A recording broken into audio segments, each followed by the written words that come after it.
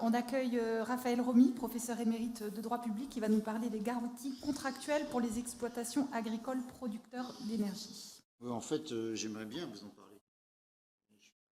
Parce que il y a une petite difficulté, c'est qu'on a un contexte. J'aime bien, moi, partir du contexte. Un contexte où où l'on voudrait faire du cousu humain avec des outils du prêt-à-porter. Alors, c'est quelque chose qui m'a troublé quand on m'a donné le sujet, parce que après, ça m'a posé des difficultés de définition. Et à la limite, moi, j'aurais préféré traiter ça. Les aspects contractuels de l'agrivoltaïsme, c'est plus facile. Parce que vous allez le voir, si on part bien de la définition, comme on l'a fait là, voilà déjà une chose qu'on doit garantir. Est-ce que ça relève de mon sujet? C'est, à mon avis, une garantie contractuelle qu'on doit être à même d'apporter. Sinon, on sort de l'agrovoltaïsme. Il y a quelques critères sélectifs qui sont posés par cette loi. Et ces critères-là, alors, la satisfaction de ces critères ressort-elle de ce qu'on appelle les garanties contractuelles? Si on adopte une conception très large du sujet, oui. Hein. Il faut bien que quelque part, des contrats garantissent le respect de ces critères. Les conditions d'implantation, surtout, n'est-ce pas? La production agricole doit demeurer l'activité principale, l'installation doit être réversible. Est-ce que ça relève des garanties contractuelles au sens classique du terme? Allez donc chercher dans le dictionnaire des expressions juridiques et vous verrez qu'on entend par garantie contractuelle quelque chose de beaucoup plus formel, de beaucoup plus étroit, évidemment. Cela dit, le législateur, par exemple, sur l'obligation de réversibilité, a bien compris la difficulté et il a apporté une garantie contractuelle, c'est l'obligation de garantie financière pour le démantèlement. Un petit problème de méthodologie aussi, parce que, encore un exemple, dans le contrat d'achat d'électricité, il y a un mécanisme d'obligation d'achat d'électricité. En fait, on est dans un contrat contraint. Est-ce que ça aussi, cette situation contrainte représente une garantie contractuelle ou pas? Bon, si je retiens l'exception extensive de mon sujet, oui. Sinon, évidemment, non. Et je vous rassure, je redeviendrai classique ensuite quand je vous parlerai des garanties contractuelles au sens classique du terme.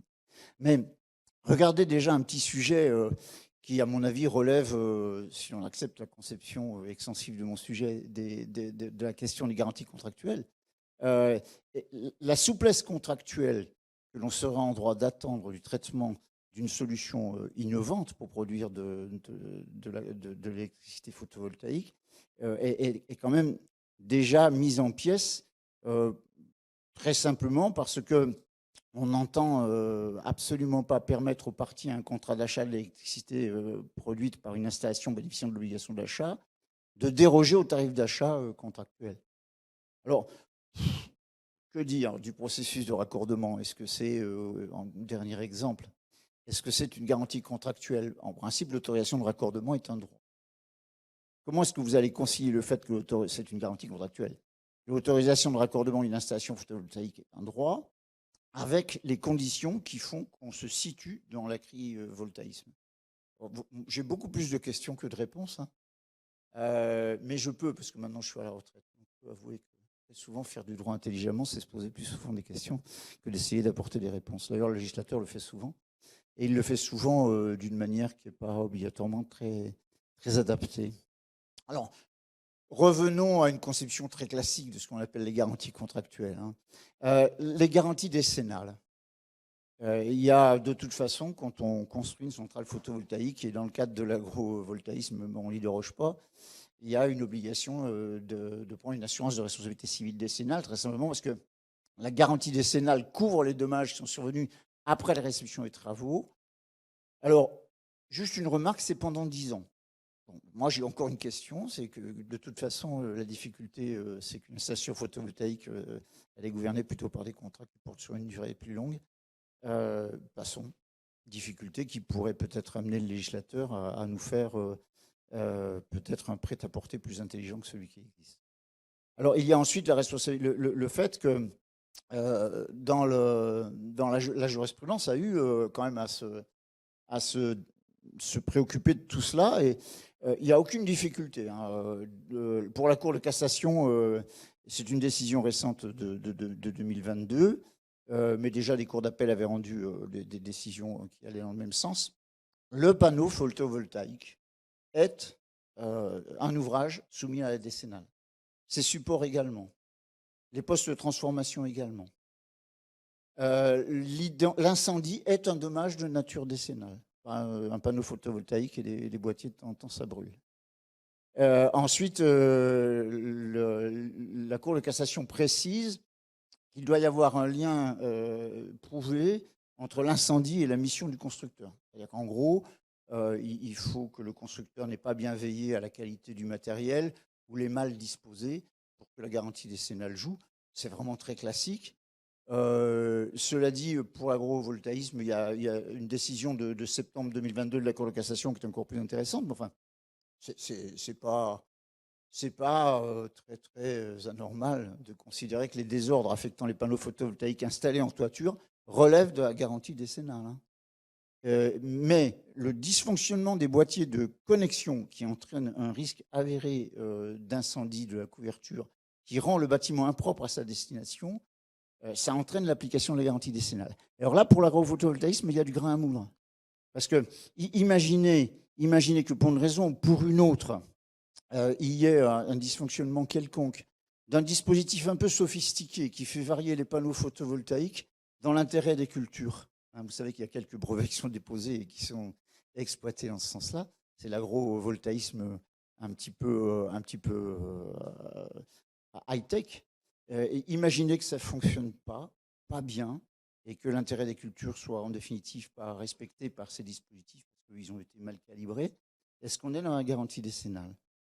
Encore une question à laquelle bien malin qui pourra répondre à part un magistrat. Alors après, la garantie des vices cachés, ça aussi c'est classique, ça joue, hein. Cela dit, la garantie des vices cachés, il y a quelque chose d'amusant dans les délais aussi, hein, pour quelqu'un d'un peu taquin. C'est qu'elle doit être exercée dans un délai de 2 ans à compter de la découverte du vice par l'acheteur, mais qu'il y a un autre délai, sans pouvoir dépasser un délai de 20 ans à compter du jour de la vente. Là, il y a au moins la satisfaction un peu gratuite d'avoir une coïncidence de délai, 20 ans et 20 ans. Bon. Que dire de plus? Que le défaut de conformité, peut-être ce qui est plus intéressant pour nous. Parce que là, on n'y a jamais pensé, puis il n'y a pas finalement eu beaucoup de délire là-dessus, mais imaginez qu'il y ait une différence entre la chose promise dans le contrat et celle qui est délivrée à l'acheteur.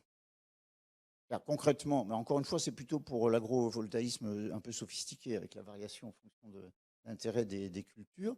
Imaginez qu'on vous livre quelque chose et puis que finalement ça ne fonctionne pas. Si on va jusqu'à considérer qu'il y a un manquement du vendeur à son obligation de délivrance, alors même qu'il n'y a pas de conditions liées à la défectuosité de la chose vendue, il ne va plus y avoir beaucoup de personnes qui vont venir vous proposer de l'agrovoltaïsme sophistiqué, hein. C'est juste pour vous dire, et puis donc du coup moi je vais être beaucoup plus bref que les autres, hein. C'est juste pour vous dire qu'en réalité tout se prête à porter du droit contractuel classique est complètement inadapté à notre propos. Alors complètement.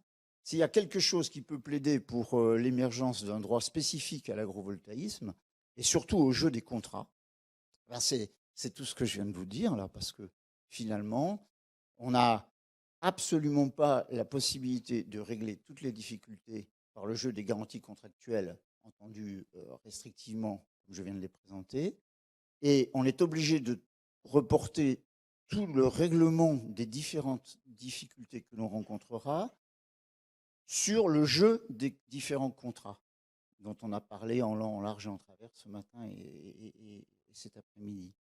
Et la vraie difficulté, c'est que là, on se retrouve évidemment à ne jamais exactement savoir dans quel contrat on doit mettre en place, énoncer les garanties nécessaires pour qu'on se situe dans l'agrovoltaïsme d'une part, et que d'autre part, toutes les difficultés qui ne pourront pas être réglées facilement par les garanties contractuelles, entendues restrictivement, pourrait être réglé. Donc le jeu des contrats, c'est là qu'est le nerf de la guerre en matière d'agrovoltaïsme. Et c'est un petit peu ce que vous regrettez tous, à savoir que dans ce monde un peu absurde qui est le nôtre, où dans une loi comme celle-là, qui prétend faciliter et accélérer l'émergence des énergies photovoltaïques et des énergies durables, en fait, on opère un ralentissement, par exemple par la mise en place des zones favorables et des zones d'exclusion. Parce qu'en réalité, la mise en place de ces zones-là va prendre entre 3 et 6 ans. Donc, comme accélération, on peut peut-être faire mieux. Dans un monde aussi où finalement la permissivité actuelle des systèmes contractuels du CUSMA va finir par effrayer.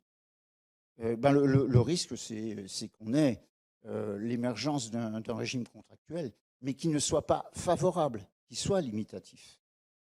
Et ce que l'on peut appeler de nos voeux, évidemment, en guise de conclusion, et vous remarquerez que moi, je n'ai pas matière à dire plus que ça, c'est que la limitation actuelle, c'est que le pouvoir réglementaire va faire un peu ce qu'il veut à partir d'une loi qui permet beaucoup, finalement, qui permet trop. Et l'on pourrait sans doute effectivement appeler de nos voeux, absurde pour absurde, que comme ça s'est passé pour la loi climat, qui s'est fait squeezer ses décrets d'application par la loi de facilitation des énergies renouvelables, on voit voter très rapidement un texte qui vienne corriger la donne et qui mette dans la loi la sacralisation du principe de la liberté contractuelle.